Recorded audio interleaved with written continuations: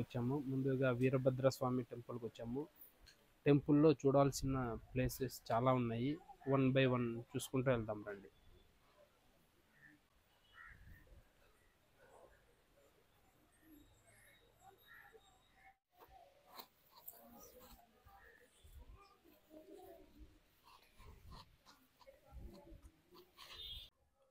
పదహారవ శతాబ్దంలో విరుపన్న, వీరన్న ఇద్దరు సోదరులు ఈ ఆలయాన్ని కట్టించారంట.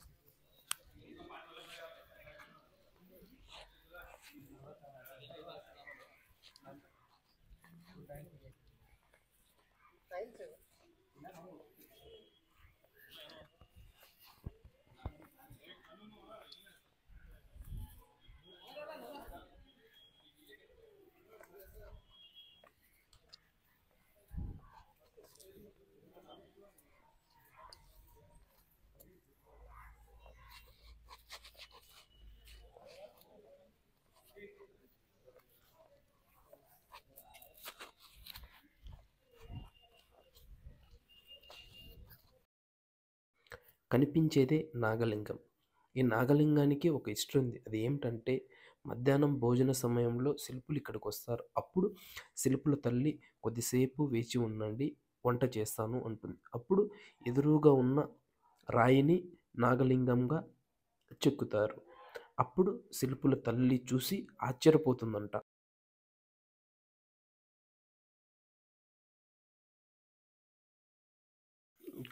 ఇక్కడ లింగానికి సాలెపురుగు, భక్త కన్నప్ప, ఏనుగు పూజ చేస్తున్నట్లు చాలా చక్కగా చెక్కారు.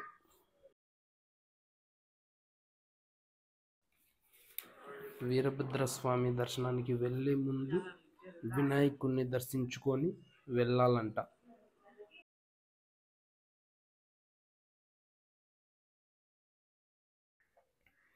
ఇక్కడ కనిపిస్తున్న కళ్యాణ మండపం ఆగిపోవడానికి ఒక హిస్టరీ ఉంది.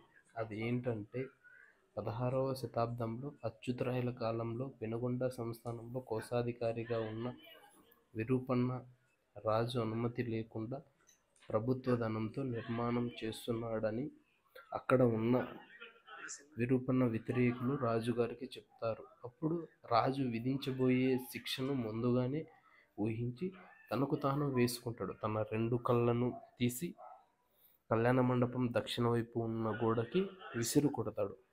ఆ రక్తపు మరకలు ఇప్పటికీ అలాగే ఉన్నాయి.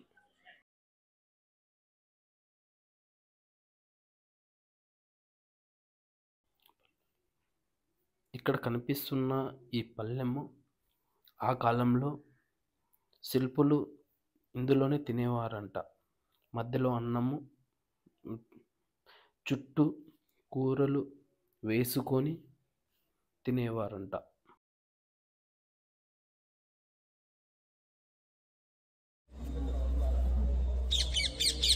ఇక్కడ కనిపిస్తున్నది సీతమ్మ పాదము.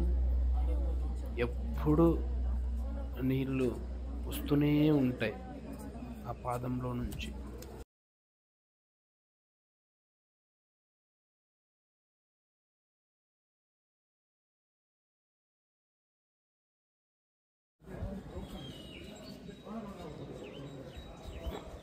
ఇక్కడ కనిపించేదే కళ్యాణ మండపము.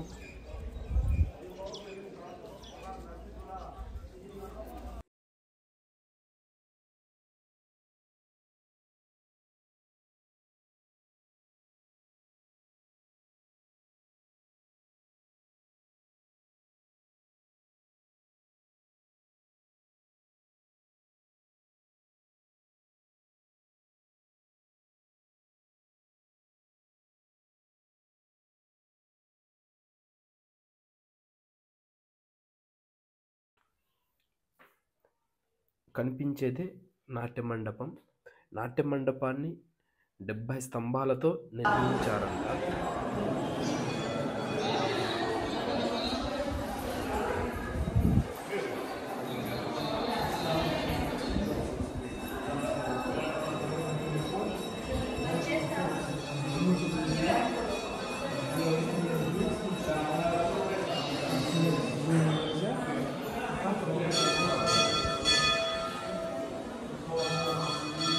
ఆ కాలంలో సీలింగ్ వేసిన పెయింటింగ్ చూడండి అంత బాగున్నాయో.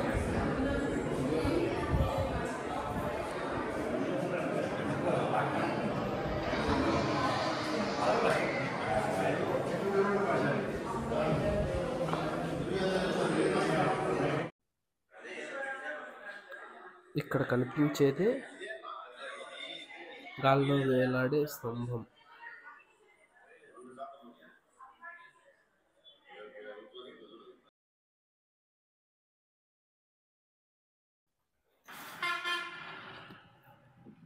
అతిపెద్ద ఏకశిల నంది విగ్రహం.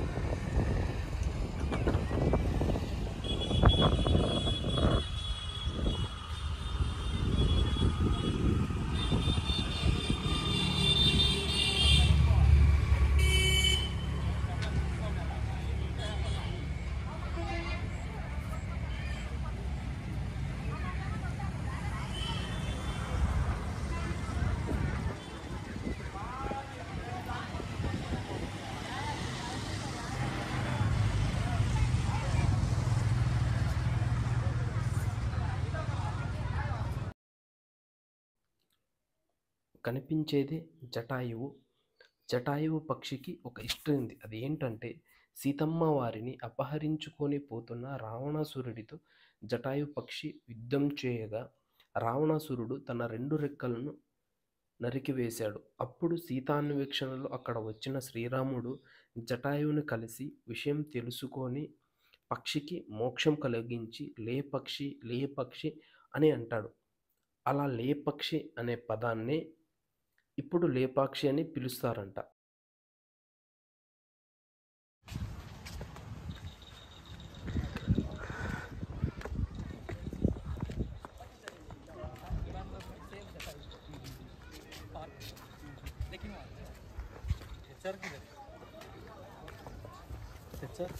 वही फर्स्ट जाएगा।